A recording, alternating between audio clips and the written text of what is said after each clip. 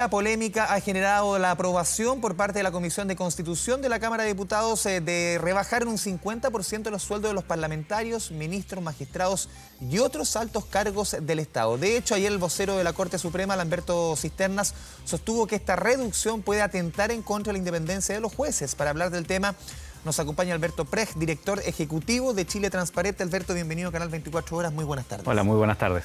Vamos un poquito por parte, uno podría decir. A ti, de partida, ¿qué te parece esta aprobación en el Congreso? Que al final, primero partimos discutiendo solamente de parlamentarios, de lo que comprendía el Congreso, senadores, diputados, y ahora comprende buena parte del aparato público. O los grandes sueldos, por ejemplo. Sin duda lo que ha pasado el día de ayer es que una discusión que no debió haberse ensuciado porque era muy clara, rebaja de sueldos a senadores y diputados, se ha ensuciado. Y se ha ensuciado porque se han homologado situaciones que no son homologables. No son homologables por cómo funciona, por ejemplo, el Poder Legislativo respecto al Poder Judicial o al Poder Ejecutivo. Y se distorsiona también porque efectivamente pones muchos más actores en algo que era más bien un acto simbólico, representativo, histórico, de que efectivamente los sueldos de los parlamentarios chilenos no fueran los más altos de la OCDE y fueran comparables con otros más similares a lo que es el ingreso y a lo que es la vida de nuestro país. A tu juicio, recojo un poco tus palabras, que se debería hacer un distingo. Depende de los parlamentarios, los jueces es otro caso. No podemos hacer aquí un poquito como una tabla rasa. Absolutamente. Mira, por ejemplo, en el caso de un juez de la Corte Suprema, si se le rebaja al 50%, su sueldo quedaría muy parecido al juez de una comuna.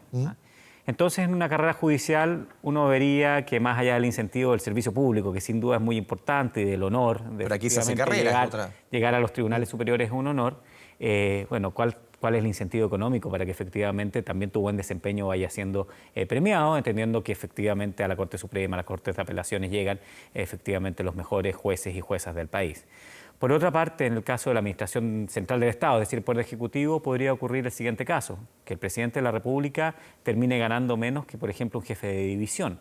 ¿Por qué? Porque una persona que es funcionario de carrera en la Administración del Estado y que llega a ser jefe de división tiene muchas bonificaciones, por ejemplo, por año de servicio, se les da un bono, etcétera. Entonces, con esas remuneraciones podría llegar a una remuneración mayor al presidente de la República. Y en una institución jerárquica no tiene mucha lógica que el jefe de servicio máximo de la República, en este caso, gane menos que un funcionario del tercer grado o del cuarto grado. ¿Por qué sí tiene sentido en el caso de los parlamentarios, que es distinto a los casos que tú has mencionado? Primero porque el parlamentario mismo no tiene una asociación jerárquica respecto a los funcionarios del Congreso. Son escalas absolutamente distintas. Otra discusión son los altos sueldos que reciben los funcionarios del Congreso, como los secretarios de la Cámara y del Senado. 17 millones, exacto, 15 que son millones. Absolutamente exagerados, pero ahí hay que revisar el escalafón y una reforma al Congreso Nacional. Acá lo que se buscaba era que efectivamente nuestros parlamentarios ganen lo que ganan otros parlamentarios de nuestro orden económico. Y por otra parte, que algo que desde Chile Transparente hemos pedido en los últimos 3 o 4 años con fuerza, que se regularan efectivamente las asignaciones parlamentarias. Es más, dentro de los 8 puntos que nosotros con Espacio Público y el Observatorio del Gasto Fiscal estamos pidiendo urgentes en una agenda antiimpunidad, anticorrupción, el punto número 4 es una reforma al Congreso Nacional. Porque ayer vimos varias asociaciones de trabajadores en el Congreso, de asesores que obviamente que no les gustó la idea. ¿Deberá apuntarse también ahí al tema de los asesores puntualmente? ¿Se puede ahorrar también mucho más dinero en ese lugar? Mira, lo importante es la efectividad y lo que nosotros estamos viendo es que muchas veces, no en todos los casos de los parlamentarios, no en todo el caso de los asesores, es bueno distinguir que hay gente que hace su trabajo y gente que no.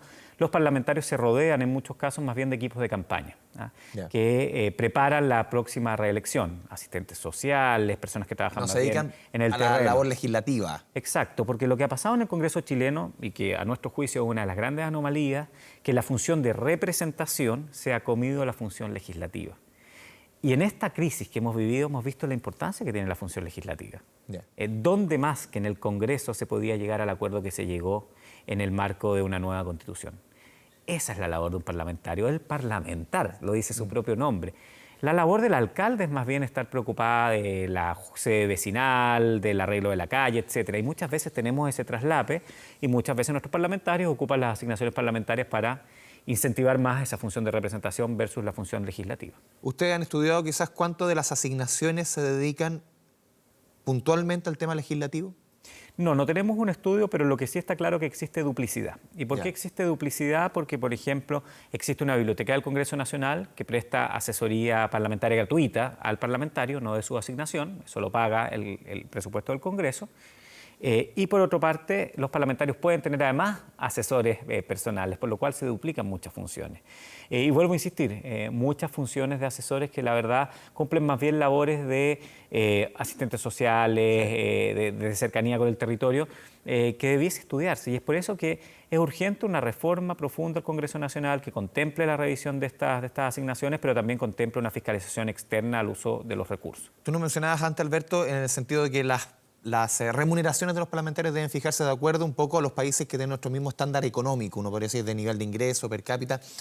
¿Cómo se trabaja en esos mismos países el tema de los asesores, de las asignaciones? ¿Son tan cuantiosas como acá?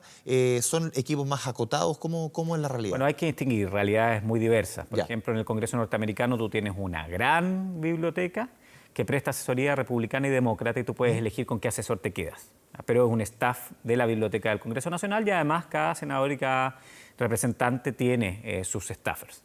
En el caso del gobierno danés, por ejemplo, que a mí, del Parlamento danés que me tocó visitar, tú tienes un solo asesor que es un practicante que te presta en una universidad del Estado. O sea, llegamos a ese nivel de austeridad. Son los extremos. Exacto. En general, en Latinoamérica los parlamentos gastan muchísimo y se generan realidades cercanas a la chilena. Entonces yo creo que tenemos que avanzar hacia un término medio, pero insisto, poniendo un concepto que no ha estado presente, la eficacia de la labor parlamentaria. Porque doy vuelta un poco a la discusión. ¿Qué pasa si nuestros parlamentarios fueran efectivamente muy bien evaluados o muy bien confiables? ¿Estaríamos cuestionando cuánto ganaran o sus asignaciones? Si se hace bien la pega, exactamente, es como el árbitro que arbitra bien, pasa piola. Exactamente, pasa piola. ¿Se justificaría o sería una discusión mucho menos tensa? Porque esta discusión, dentro de las grandes discusiones que tenemos en el país hoy día, es más bien estética. El Congreso Nacional impacta solamente al 0,29% del presupuesto nacional. No es nada. O sea, no es algo con esta asignación o con este recorte de sueldos que se busque engrosar la billetera fiscal, o para reasignarla. Es muy poco lo que se logra. Absolutamente. A veces uno escucha a algunos políticos que dicen, bueno, hay que rebajar los sueldos para que con esto paguemos mejores pensiones. La verdad que eso no nos llegaría ni siquiera un peso a cada chileno. ¿Es una señal más que todo? Es una señal y es una señal importante, porque lamentablemente el Parlamento como instituciones están muy desprestigiadas y es bueno dar señales de austeridad y también señales que son buenas para el resto de la sociedad cuando estamos hablando, por ejemplo, de brechas salariales en el sector privado y en el sector público. Tenemos que hacernos esas preguntas. Yo creo que hay muchas preguntas que antes uno no las tenía en la cabeza y tenemos que empezar a analizar. Y si el sector privado en muchas empresas lo está haciendo, es decir, bueno, no tengamos más de 10 veces el sueldo mayor con el sueldo menor de la empresa o paguemos sobre tanto, esa discusión mínima debiese estar en el Congreso Nacional. ¿Debe ser el Banco Central, como algunos han pedido y se ha puesto arriba de la mesa, el que debe fijar estos sueldos? Porque el mismo presidente, del Banco Central, Mario Marcel, no está cómodo en esta situación. Yo creo que es una situación muy incómoda. Nuestro Banco Central, y de hecho creo que es de las instituciones más respetables y que esperemos que no sea muy tocada en la próxima discusión constitucional, porque ha mostrado una estabilidad en el manejo un mandato de la constitucional bien claro. Es muy claro. Se le da más bien una atribución que tiene que ver con el personal. Uno se preguntaría, ¿no será mejor que esto lo hiciera otro ente nuevo? O lo hiciera la alta dirección pública, o lo hiciera la Contraloría, o incluso lo hiciera, como nosotros lo hemos pedido hace tanto tiempo, una especie de Contraloría del Congreso, una comisión del Congreso externa con entes independientes, más que el Banco Central. Creo que ahí hay otro punto que es bastante débil porque politiza además al Banco Central de una manera innecesaria. Finalmente, fijar sueldos es tocar el bolsillo es algo que toca los intereses mueve otros intereses y eso puede generar una relación un poquito insana. Hoy día leí una crítica, Alberto, en algunos periódicos sobre cuando se legisla exclusivamente escuchando la calle, puntualmente por este tema, cuando quizás una discusión que pasamos de parlamentarios, senadores, diputados, pasamos prácticamente buena parte del aparato público. ¿Es peligroso legislar 100% de repente escuchando la calle sin quizás aterrizar un poco la discusión, decir, a ver, aquí hay cosas buenas, cosas malas, como tú nos decías al principio, quizás acortar o recortar derechamente el sueldo en jueces, en ministros o en el presidente puede ser incluso peligroso? Sí, bueno, yo no sé si la calle o alguien puede decir qué es lo que está pidiendo o no está pidiendo la calle. Es un poco la crítica que se sostenía. Sí, que se legisla en caliente. Sí. Pero si había un eslogan que estaba muy instalado, era la rebaja de los sueldos de los parlamentarios. yo no escuché ningún eslogan, por lo menos de Chile Transparente, que nosotros alguna vez, en alguna entrevista en estos últimos 6 años, nos hayan preguntado una rebaja de los sueldos de los jueces o de los fiscales o del presidente de la República o de los ministros. Esta era una discusión muy acotada y los que abren esta discusión es la misma Comisión de Constitución el día de ayer. Yo creo que esto enreda muchísimo porque además genera mayor tensión. Imagínate si tú eres funcionario de un servicio del Estado donde los sueldos están indexados completamente con tu superior, como ayer hablaba con un organismo que tiene este problema.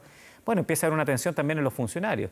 Yo creo que lo que queremos menos hoy día es que abramos más flancos de tensión social y más bien vayamos resolviendo los flancos que ya son suficientes y que tenemos abiertos. Tal como estamos legislando ahora, ¿a tu juicio esto puede ser peligroso? En este caso específico sí, en otros casos no. Uno valora, más bien desde la sociedad civil, cuando nuestros parlamentarios, nuestros políticos se han puesto de acuerdo, el pacto constitucional, el pacto por las pensiones, el pacto por una agenda social, demuestran que hay una madurez y que hay un acervo. Y acá ocurre una paradoja, la paradoja de que sin instituciones no vamos a salir de esta crisis y por ende uno le pide a las instituciones a que estén a la altura.